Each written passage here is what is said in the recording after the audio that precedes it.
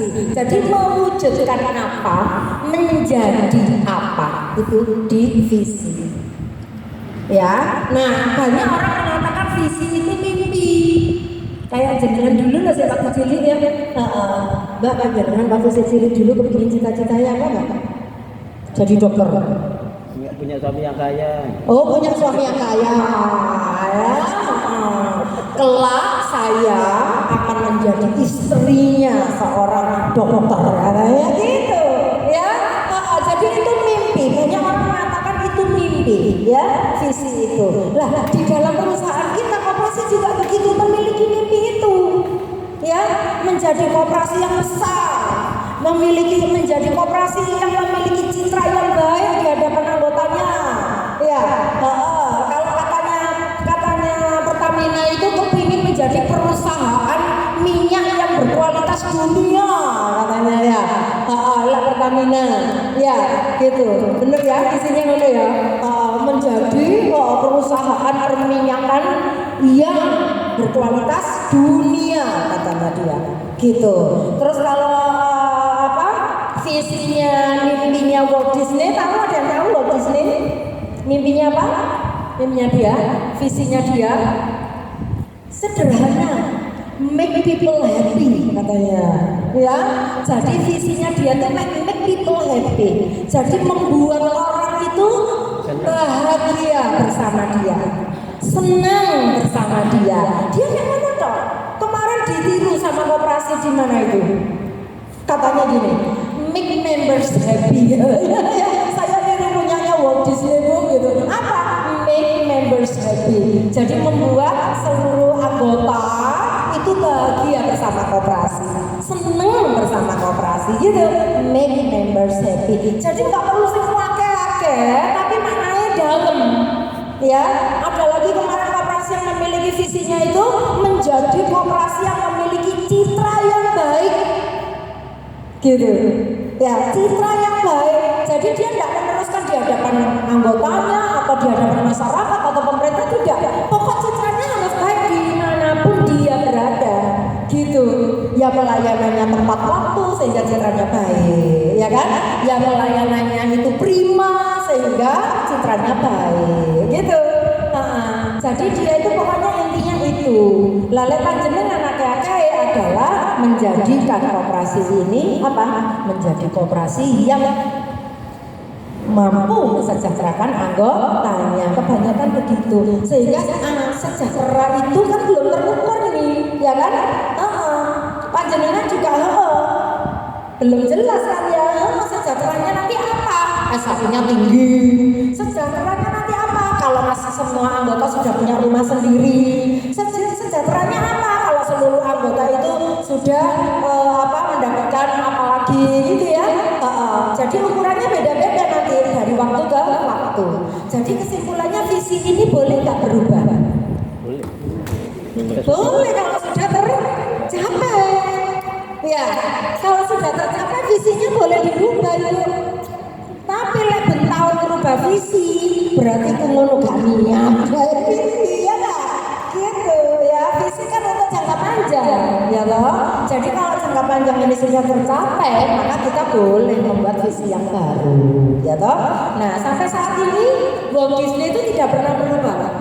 Ya pokoknya make people happy. Dia merasa bahwa semua orang itu selalu harus bahagia bersama saya selamanya, wes. Makanya visinya tidak pernah dirubah sama dia. Ya, Nike, visinya apa? Saya seneng itu soalnya melihat gitu. Visinya Nike itu apa? Ya.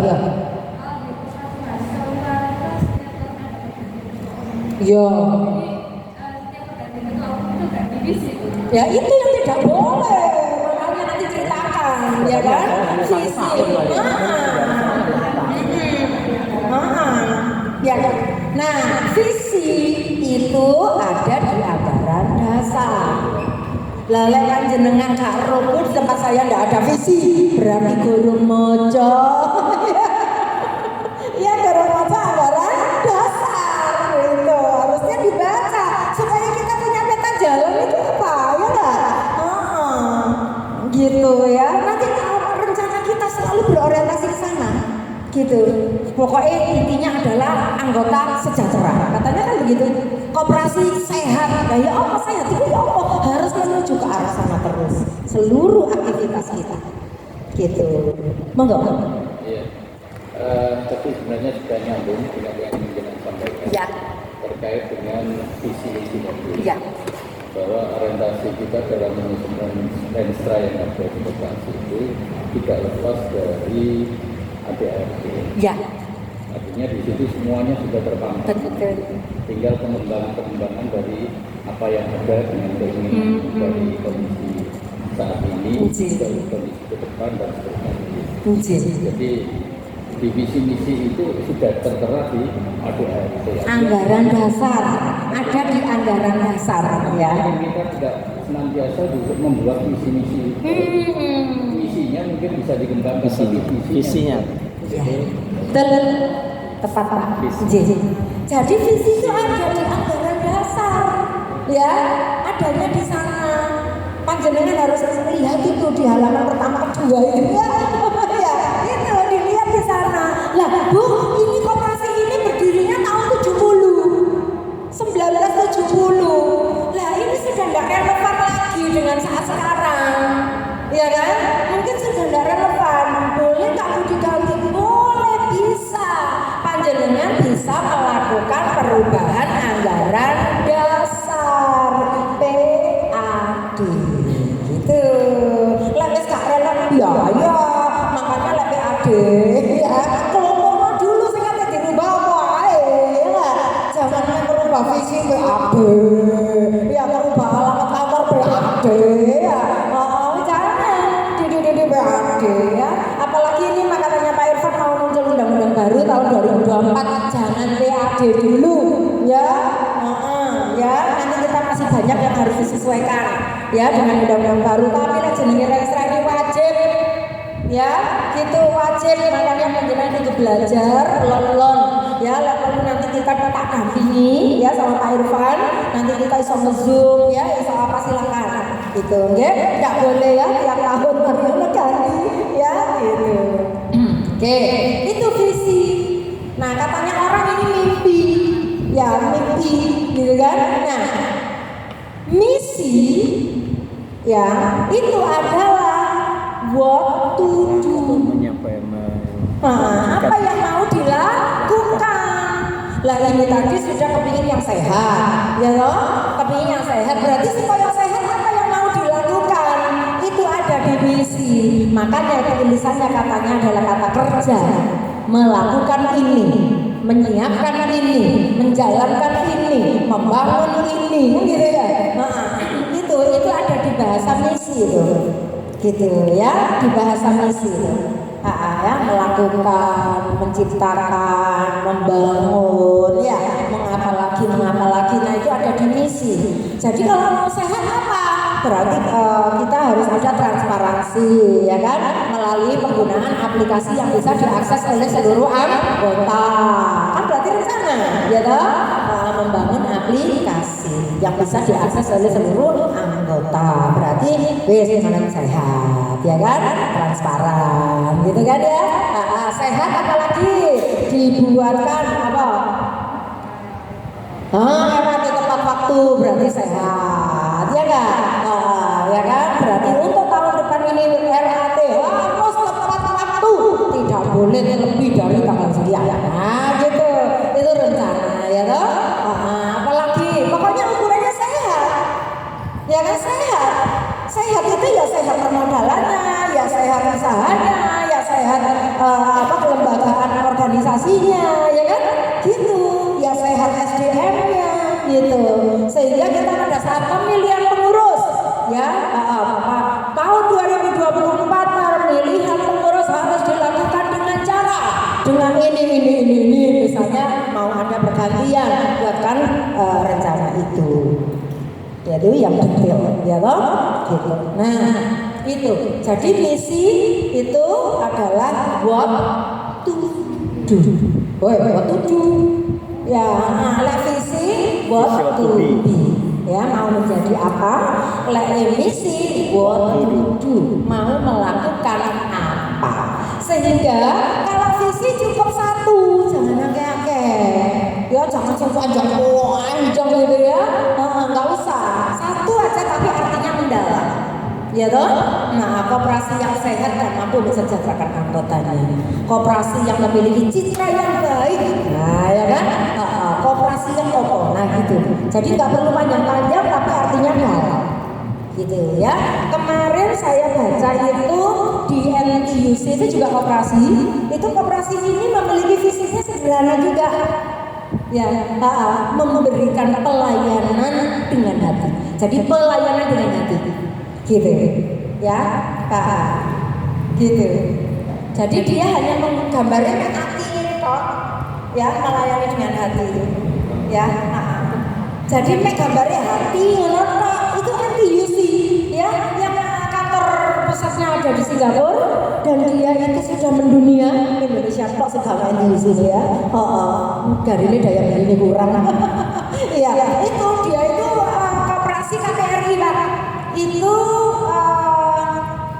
dulunya 2 koperasi pegawai tapi bangkrut lalu menyatu, jadi mereka menyatu merger ya, lalu membentuk nama baru NTUC itu. Aslinya sebelumnya namanya apa gitu, nanti panjenengan bisa lihat itu di Google ya, panjenengan cari itu ya, NTUC itu ya, itu sudah mendunia. Jadi yang disebut dia dengan hati itu mendalam sekali ya, mendalam sekali. Jadi pada saat melayani dengan hati ya, pada saat di toko ya, melayani kredit kepada anggotanya ya dengan hati ya, kemudian terhadap sesama karyawan ya dengan hati gitu, sehingga mereka itu saling tolong menolong, saling membantu, saling empati, saling hormat, itu ada gitu. Jadi sampai seragamnya itu yang dinyanyikan itu ya apa yang bisa saya lakukan untukmu gitu, seragamnya itu apa yang bisa aku lakukan untukmu gitu ya. Jadi begitulah visi itu, kekuatan visi itu ya sangat magic, sangat magic. Saya lihat temannya Nike itu membuat visinya dia itu adalah menciptakan sepatu buat atletik ya, jadi buat para atlet ya kan, sepatunya atlet gitu. Nah, sehingga kalau anak-anak muda itu senang merek Nike itu sajane aslinya itu ya mergo ora dadi atlet ini ya. Sing warnanya norak bagus gitu ya, kemudian bahannya ringan ya, kemudian yang awet ya enggak. Ya kalau atlet itu enggak pakai sepatu sing awet ya, digawe sepisan jempol lah ya enggak gitu.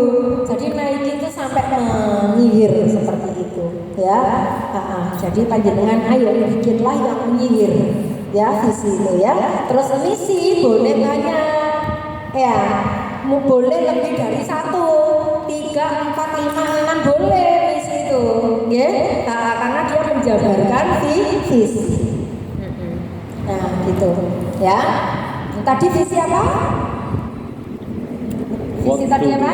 Waktu dulu. Kalau visinya bentuk di visi. Ya, visi waktu. Ya, hafal ya. Oke, siap. Nah, kemudian kalau visi wis lulus ya, nanti contohnya tak kasih ya. Terus mari ngono tata nilai. Bapak Ibu, visi sama misi gak bisa jalan begitu saja kalau tidak didukung oleh tata nilai.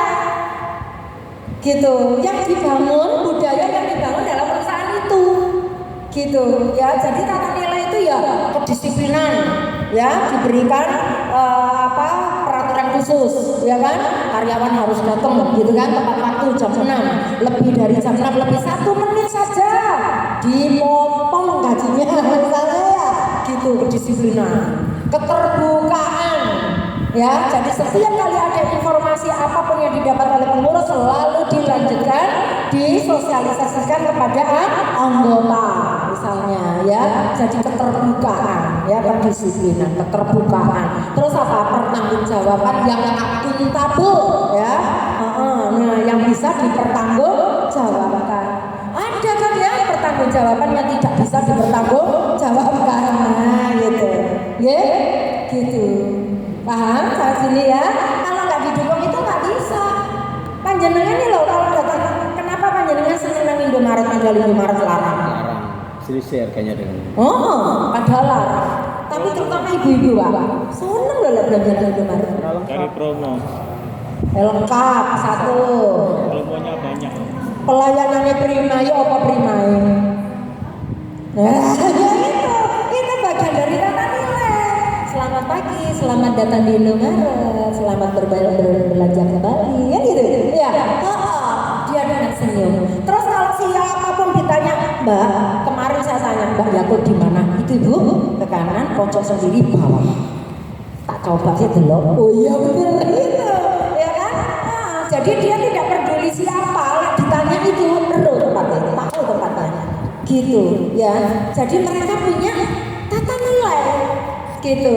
Mungkin sebelum mereka ngantor, pengurus kayak pengurus koperasi gitu ya, panjenengan sebelum ngantor gitu punya yel-yel khusus Pak? Ya, nggak ada ya. Padahal itu magic banget loh untuk membangun motivasi. Lah mereka begitu datang, langsung kemudian mereka punya yel-yel gitu, ya kan? Untuk menyemangati, saling menyemangati satu sama lain. Terus kemudian mereka gitu, wah, gitu, ya, itu semangat sekali. Ya, nah itu termasuk bagian dari tata nilai. Ada SOP, ya, yang memberikan arahan bagaimana bersikap, bagaimana ketika perusahaan menghadapi masalah sulit. Mereka tahu, prosedurnya sudah tahu. Kapan itu saya ngisi etol, gitu ya, juga begitu. Kok macet, kok nggak bisa Mas, memang itu tunggu sebentar, saya akan konsultasikan. Tidak lebih dari 1 menit, langsung sama Ibu Marmati. Bos manajernya sendiri yang memberikan arahan. Klik ini, klik ini, klik ini, klik ini, begitu. Ya, kemudian tidak sampai 1 menit, saya sudah didatangi, Ibu ini sudah bisa masuk. Terima kasih, Ibu sudah mempercayakan kepada Ibu Marmati. Jadi langsung kan? Wong iku karepe ngono dibuangno wae ya. Wong gampang ya memanusiakan manusia. Apa?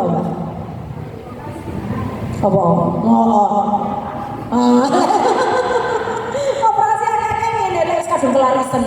Mbak antri dhisik. Ngerti antri apa ora? Iki lho sing akeh.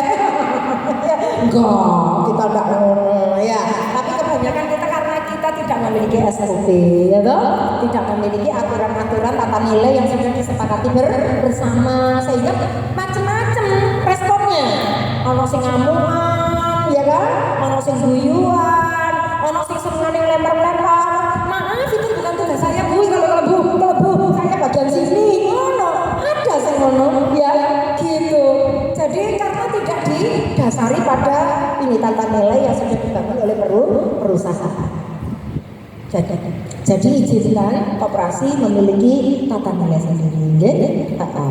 Biasanya tata nilai kita kan kegotong royongan, kekeluargaan, ya, keterbukaan, ya, kedisiplinan. Itu kan milik koperasi semua itu. Ya, gitu. Ayo itu dibangun, gitu. Ya, oke. Nah, kemudian ini tujuan. Nah, ini sudah terus tahapan yang kedua adalah analisis lingkungan. Terus baru setelah analisis lingkungan, terus kemudian bikin rencana strategis, dan berikutnya adalah harus ada monitoring evaluasi, gitu ya. Ini tahapan yang tidak boleh dirubah. Saya tak lanjut ke slide berikutnya. Ini tadi visi contohnya ya. Nah, visi ini biasanya gagalnya karena apa? Terlalu abstrak. Ya, gak membumi, ya, terlalu abstrak. Makanya lek visi ku sing biasa-biasa ae. Kaya iki mang lho, melayani dengan hati beres. Menjadikan koperasi sehat. Ngono, ya kan? Ukuran sehat kan belum terukur ya. Jadi biasanya visi itu memang belum terukur Bapak Ibu. Masih abstrak. Tapi jangan terlalu abstrak gitu ya. Terus kegagalan berikutnya adalah nggak pernah dievaluasi. Coba panjenengan lihat di anggaran dasar itu, ya, itu masih relevan atau enggak? Karena katanya rencana itu katanya Bunda loh ya harus relevan, kan gitu, ya. Terus kemudian salahnya lagi adalah tidak disosialisasikan. Lawan pengurus saya orang roh, masuk kata disosialisasikan, saya disosialisasikan apa? Ya, pengurus saya roh, gitu. Jadi jangan itu boleh ya, gitu. Ya, panjenengan pegang kan ada ya? Pegang. Ya, akta pendiriannya punya. Dipegang ya, disimpan ya. Nah, aja sampai hilang loh. Lah tidak dianggap lain. Hah? Tapi kan dibuka. Oh, pengakuan jujur. Ya, gitu. Terus marilah tidak dianggap penting. Makanya jenengan iki kabeh. Ya, gak delok mergo tidak dianggap penting. Ya, ojo. Ya, ini sangat-sangat penting. Karena saya katakan lagi koyok peta jalan dia itu. Wes tak enak-enak lebih sendiri rencana strategis itu. Ya, gitu. Ya, terus misi contoh niki, ya. Karena kepingin sehat Bu, saya operasinya kepingin sehat Bu, maka misinya adalah mengembangkan budaya GCG, Good Cooperative Governance. Ya, kepingin mengembangkan itu sehingga semuanya ada aturannya, ya, ada SOP-nya, ada SOM-nya, ada persusnya. Oh ya, persus ya. Boleh akan melalui persus telepon Pak Irfan aja lah ya. Pak Irfan itu dia jojo persus banyak. Terus yang kedua pelaksanaan kepatuhan regulasi Bu. Ya, kenapa regulasi ini? Karena kamu kita kan sehat, ya toh? Katanya begini Bu, kalau koperasi itu mau dibilang baik, sehat, berhasil, profesional, gitu ya, maka syaratnya ada 3. Koperasi itu harus memiliki bisnis yang menguntungkan. Lek panjenengan duwe bisnis gak menguntungkan, wis ndang ditinggal. Ojo mulek ae ngono ya gak? Wis jelas-jelas macet, dari waktu-waktu macet terus ya.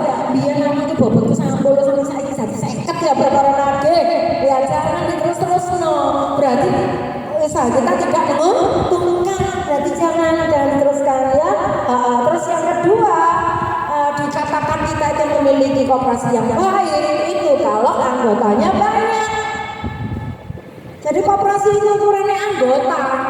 Karena kita ini bukan kumpulan modal, tapi kumpulan orang-orang. Jadi dikatakan saya anggotanya wakeh.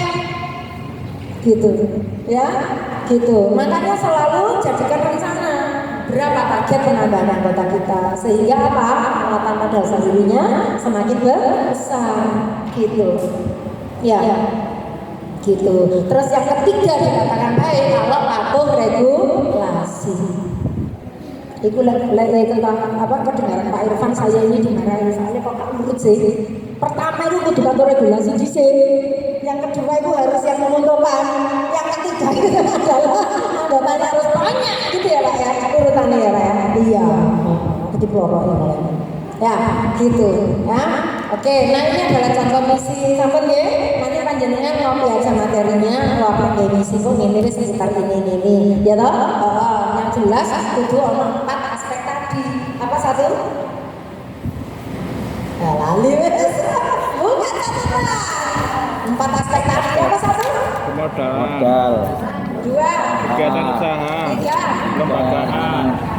Nah, 4. DM. Ya, ngono lho. Kok tak balen-baleni terus tak takoi terus. Ya. Nah, ini tata nilai yang harus dibangun ya. Nanti panjenengan baca lagi gitu ya. Nilai kekeluargaan, menolong diri sendiri, bertanggung jawab, demokrasi ya. Ono iki contoh-contoh mana? Ya, saya berikan contohnya. Nanti panjenengan tinggal menyesuaikan dengan koperasinya masing-masing ya. Tata nilai yang mau dibangun gini. Apa mau yang beda? Monggo. Namanya tata nilai lah sakerbe ya. Itu koperasinya mau yang kayak apa? Gitu ya. Monggo silakan bahasanya mau dirubah monggo. Enggak apa-apa. Ini hanya sekedar apa? Ilham. Ya. Mengilhami aja. Mengilhami aja. Gitu ya. Nah, ini saya katakan Bapak dan Ibu, ya. Visi sama misi itu tidak akan jalan dengan sendirinya.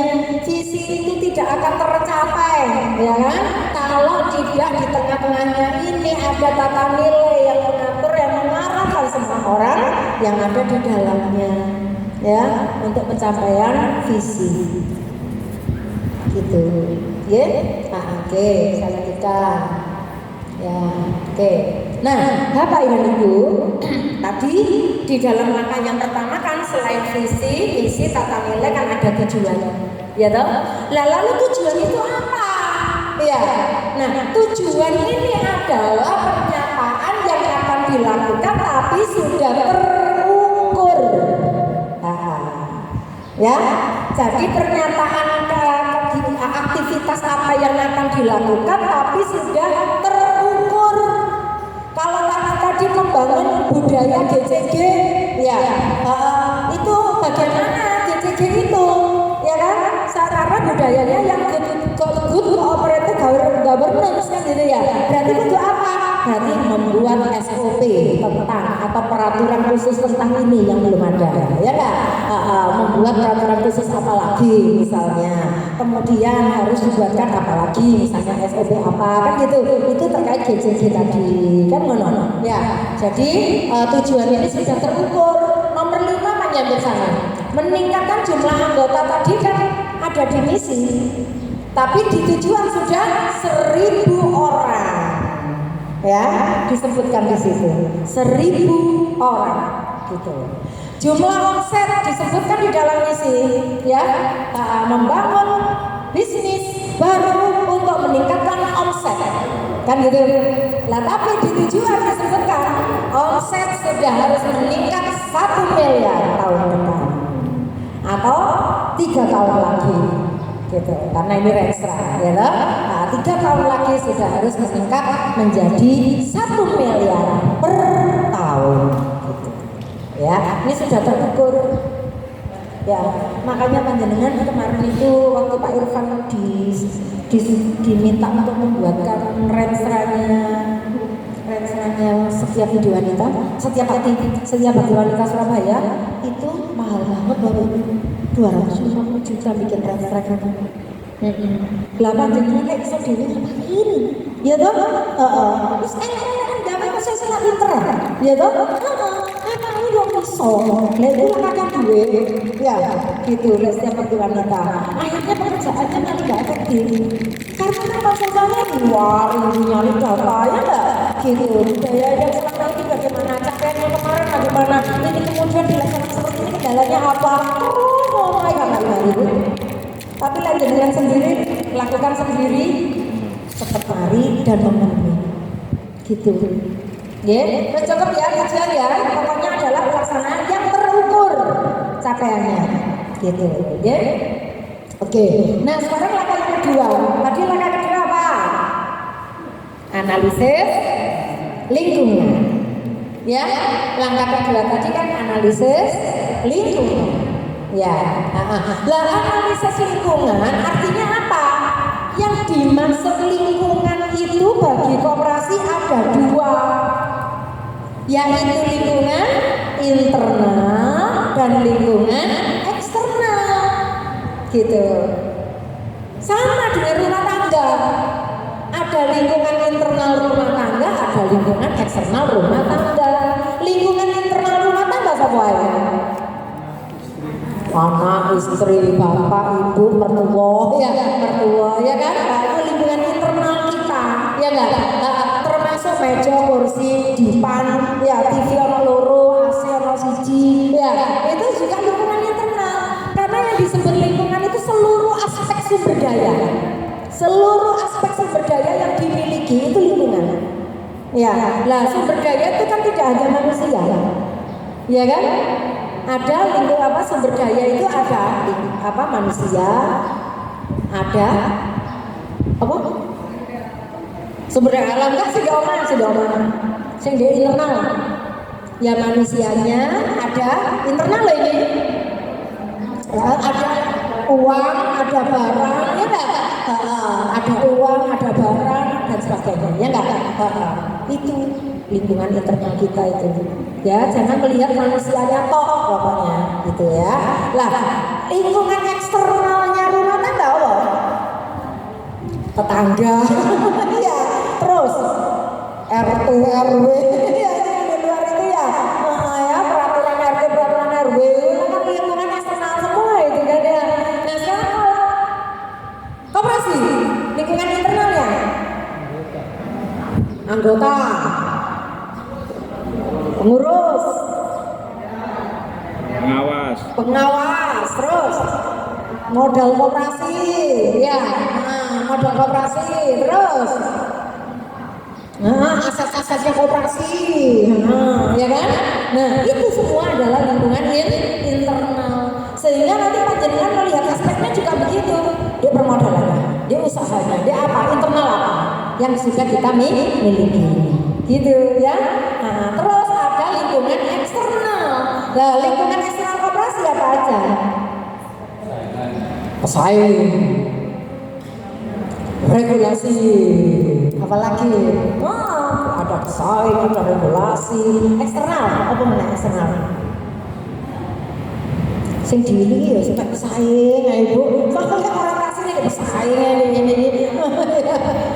Ya, jadi apapun lingkungan yang di luar kita yang mempengaruhi koperasi ini disebut lingkungan eksternal koperasi yang berpengaruh terhadap kita. Ya, berarti pemasok termasuk lingkungan eksternal, termasuk investor termasuk eksternal, termasuk, ya enggak? Gitu. Jadi semua yang dari luar yang berpengaruh, berinteraksi dengan koperasi itu adalah lingkungan eksternal. Sehingga ada interaksinya dengan koperasi ya berarti bukan lingkungan di kita. Paham nggih? Gitu ya. Nah, analisis lingkungan internal itu kalau di dalam koperasi itu dibagi dua, Pak. Ya, analisisnya. Ya, yaitu yang pertama kekuatan, kekuatan dan kelemahan, ya.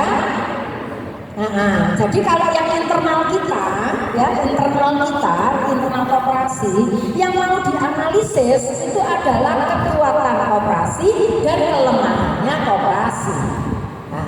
Ya, katanya di situ strength dan weakness, gitu. Kekuatan dan kelemahan itu dianalisis. Jadi ketika kita bicara internal, maka kekuatan kita apa aja? Kekuatan kita banyak ini Bu. Apa? Anggota kita yang banyak jumlahnya. Itu kekuatan, ya nggak? Nah, karena katanya Ibu, koperasi yang bagus kan anggotanya banyak. Lah ini kekuatan kita nih, anggota banyak, kan gitu. Yang kedua, kekuatan kita apa? Modalnya besar, kita memiliki modal yang besar Ibu, gitu, ya kan? Terus yang ketiga, kekuatan kita apa? Hasilnya banyak. Produk yang unggul, kita memiliki produk yang unggul, yang semuanya itu diperlukan oleh anggota dan laris manis, ya kan? Gitu. Apalagi kalau kita bicara kekuatan, tertib administrasi, kita sudah semuanya by digital, ya kan? Itu kekuatan. Berarti pinter ya, itu kekuatan. Lah kelemahannya juga harus jujur kita, ya Bapak Ibu. Iya, biasanya lek ngomong kelemahan jare ini ngrogoi cicoke dhewe ora iso. Iya, jadi ibaratnya bercermin, ngocok. Nah itu sing jujur, kelemahannya kita itu di mana? SDM-nya belum kompeten, ya. SDM-nya belum kompeten, buktinya apa Bu? Belum ada yang sertifikasi, gitu ya. Siapa sing burung sertifikasi ini ngurus? Banyak, ya. Dan sertifikasi loh, itu wajib loh, ya. Itu peraturannya keras yang tahun depan ini, makanya dandan ya, gitu ya. Nah itu SDM-nya. Terus apa lagi? Kelemahan kita? Apa? Sarana prasarananya ya, gak lengkap ya Pak ya. Sarana prasarannya sangat minim, ya kan? Boleh Pak karena detail, syaratnya kan detail. Jadi sarana dan prasarannya sangat minim. Dalam kurung apa ya tidak ada ini, kurang ini, itu boleh, ya. Apalagi kelemahan kita? Anggota macet. Iya, ya kreditnya, kredit macet, kredit bermasalah ya, bayarin nggak pernah tepat, ya. Itu apalagi terus cari Bu. Pengurus tidak transparan, ya pengurus tidak transparan, ya gitu. Nah ini harus analisis semua, jadi didata semua sebanyak-banyaknya pokoknya. Lek panjenengan rada kangelan didik kan balik lagi ke padahal unsur di permodalannya, di usahanya, di SDM-nya gitu. Balik lagi ke 4 itu. Ini lemahnya kita di mana, kuatnya kita di mana gitu ya. Nah, Bu, sajane sing merumuskan ini siapa? Menganalisis ini loh. Analisis lingkungan, merumuskan rencana itu sebenarnya tugasnya siapa sih? Pengurus. Ya panjenengan ini tugasnya panjenengan ya, pengurus. Di dalam aturannya itu memang ya, di permennya mengatakan ini tanggung jawab pengurus. Ya, tapi boleh pengurus itu melibatkan pengawas. Boleh pengurus melibatkan perwakilan anggota. Boleh. Panjenengan jangan bikin sendirian. Libatkan mereka ya, tapi jangan semuanya. Jadi kok kagak ngomong. Ya. Ya kan? Kagak geluduk raudan. Ya, gitu, kagak ngomong lah kagak gitu. Jadi pengurus, pengawas dan perwakilan anggota boleh.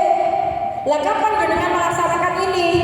Sebelum RAT, yaitu pada saat apa? Rapat RK. Rapat RK jenenge, ya. Rapat RK. Gitu, itu sebelum RAT. Ya, lah nanti di rapat RK itu dan panjenengan disahkan sama anggota gitu. Jadi panjenengan ini, pengurus kemarin sudah melibatkan beberapa anggota, sudah merumuskan rencana dan sudah melakukan tahapan-tahapan ini. Nah ini rumusannya, rencananya ada ini gimana anggota? Iku gak usah sih iku harus dulu aja. Karena ada rencana itu kan ada yang urgent, ada yang penting, ada yang gak penting kan. Ya, panjenengan berada di ruangan ini berhadapan dengan saya, ini urgent atau penting? Penting saya tidak berilmu, Bu. Penting mendengarkan, penting diskusi, Bu. Tapi ketika panjenengan oleh kabar, Mbak, Bapak gak pulang ini, gak apa-apa kok moro-moro balik sampai ya aku loh ya, lagi malah urgent enggak gitu, waduh urgent kira gimana nih aku kira disatru gitu ya lah, nanti jadi urgent, jadi ada urgent, ada penting, ada yang nggak penting. Bukan berarti yang nggak penting ini dihapuskan, ini nanti diparkir untuk tahun berikutnya. No ya, yang penting bisa dilaksanakan, bisa ditunda, tapi yang urgent harus dilaksanakan tahun ini. Nah, terus analisis berikutnya adalah analisis eksternalnya, yaitu ancaman dari luar sama peluang. Gitu. Peluang kita itu sebenarnya apa sih? Peluang kita regulasi berpihak kepada kita. Peluangnya apa lagi sih? Banyak loh ya anggota, calon-calon anggota yang ingin menjadi anggota kita, tetapi mereka nggak tahu caranya. Karena kita nggak pernah melakukan sosialisasi, gitu ya. Terus apa lagi sih peluang kita? Banyak guys ya. Ada pemasok di luar sana yang belum pernah kita manfaatkan ya. Kemudian kita punya peluang kita adalah sudah punya toko tapi kok ya nggak diberdayakan ya, gitu ya. Itu juga ini ya peluang. Ada mitra yang ingin kerjasama di luar itu kok ya tidak diberdayakan ya, kayak gitu ya. Paham ya? Nanti di luar terkait dengan ancaman, biasanya jenengan ancamannya orang lain. Ya mbak ancamannya lagi ini ancamannya COVID. Nah sekarang ancamannya apa? Katanya teman-teman KSP itu mekar. Bu aku jangan mekar ini Bu. Ya. Terus kan dulu dengan Bang Dedel saya bilang panjenengan itu jangan menjauhi kalau membenci pesaing. Justru yang perlu panjenengan itu masuk ke dalamnya. Keunggulannya apa sih? Ya enggak? Mekar ini keunggulannya apa? Lah tanggung remnya. Keunggulannya apa lagi? Setiap hari diparani lah. Maka dicak yel, dicak nyanyi, terus dibina. Keunggulannya apa namanya gitu? Jadi panjenengan jangan segan-segan untuk mencari tahu kekuatan dan kelemahan lawan. Karena kelemahan dia jangan sampai menjadi kelemahan kita. Kekuatan dia kalau bisa kita tiru, kan gitu, ya kan? Jadi saya melihat itu walaupun Yamaha, walaupun Honda ya, itu mereka itu tidak segan-segan untuk masuk melusuk orang-orang baru untuk masuk ke dalam sana. Gitu ya. Dulu runtuhnya sentra keramik di Kota Malang itu juga karena masuknya Cina, ya kan, masuk sampai punya istri orang-orang pribumi di sana, sampai mempelajari teknologinya keramik. Sampai sekarang kita kalah sudah dengan keramiknya Cina itu, dan dia membutuhkan waktu bertahun-tahun sampai punya anak keturunan gitu untuk bisa diterima, untuk bisa masuk, untuk bisa diterima gitu. Lalu panjenengan enggak wis lho sapa ngono kok mlebu di bekar ngono ya, beno pura-pura utang ya, dan sebagainya kan bisa. Katanya Mbak Sadino gimana? Amati, tiru, modifikasi.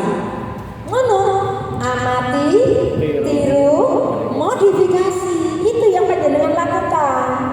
Gitu, nggih. Nah, modifikasi. Jadi jangan pelek ditiru, ya. Gitu. Oke ya.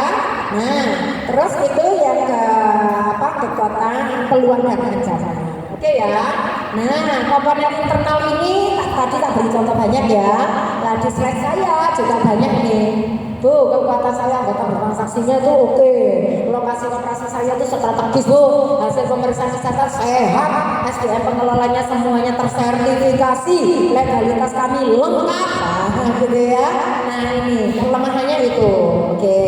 Nah, kemudian eksternalnya ini kondisi perekonomian sekarang menurun, daya beli menurun, ya kan? Itu kompetitor lembaga keuangan dari luar itu banyak sekarang ini ya. Pura-pura koperasi ternyata bukan koperasi ya. Nah itu adalah pesaing kita dan sebagainya ya. Oke. Nah tugas panjenengan itu adalah wes iki gak usah. Ini jangan banyak berlayai. Mau timbang kita kayak angel-angel melu ya. Langsung aja panjenengan masukno ke sini. Lah ini ya. Jadi IFAS itu internal faktor internal ya. IFAS itu internal faktor analysis ya, analysis internal faktor analysis sebelah sana, yaitu kekuatan dan kelemahan. Lalu yang bawah ini adalah EFAS ya, external faktor analysis ya, EFAS external faktor analysis. Jadi analisis eksternal faktor ya, itu ada di sini. Lah kalau sudah sana disebutkan satu-satu, yang di sini juga disebutkan satu-satu, maka pertemuan antara O dengan S ini Bapak Ibu, O sama S ini muncul strategi SO. Ya, kalau kita punya kekuatan ini sementara punya peluangnya adalah ini, lalu kita harus bagaimana? Ya, itu namanya strategi SO. Yang ini strategi BO ada di sini. Paham? Ya, gitu. Terus di sini ada strategi ST. Kalau kita punya kekuatan ini, sementara kita menghadapi ancaman ini, lalu kita harus bagaimana? Itu strategi di sini. Ya, nah strategi yang kuning ini bisa memunculkan RK. Ya ini RK. Ya ini RK kita. RK kita itu adalah harus melengkapi fasilitas kantor ya supaya pelayanan kita optimal, yaitu beli komputer apa meneh. Nah, gitu ya. Itu masukkan nanti di RK. Gitu. Lah targetnya di RK itu nanti panjenengan kan bisa nyebut nang ini. Terus tak kasih contoh di sini. Nanti itu panjenengan lebokno ini tahun pertama apa tahun kedua begitu capaiannya. Paham? Ya. Oh, berarti sih peralatan tahun pertama harus sudah terpenuhi. Ya. Terus ini yang produk unggulan ini paling tidak setahun pertama harus sudah bisa tercapai gitu. Jadi di sini ada indikator capaian tahun ya. Ini kalau tahun 1, tahun 2, tahun 3, tahun 4, tahun 5. Terus yang di sana itu PJ, yaitu penanggung jawab. Ya, nah, di situ adalah penanggung jawab, gitu. Ya, PJ, penanggung jawab. Jadi setiap satu RK itu penanggung jawabnya bisa ganti-ganti, ya. Untuk aktivitas yang pertama fasilitas kantor, penanggung jawabnya bapak. Kemudian untuk yang produk unggulan, penanggung jawabnya beliau, gitu. Ya, nah nanti yang memanage, mengatur teman-teman, kemudian melakukan strategi-strategi itu adalah boleh memilih kelompoknya masing-masing, gitu. Ya, panjenengan sebagai penanggung jawab. Lah, lengkap di situ ya indikator kerjanya dan sebagainya. Gitu. Ada pertanyaan sampai sini? Ada pertanyaan? Mbak, Pak Irfan, Mbak Sasti? Hah? Di belakang mana? Oh gitu, gini. Kalian Pak? Yang mana Pak?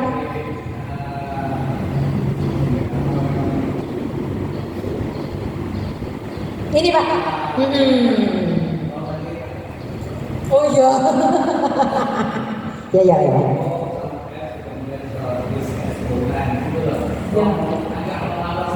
Oke, rasa lambat ya. Oke.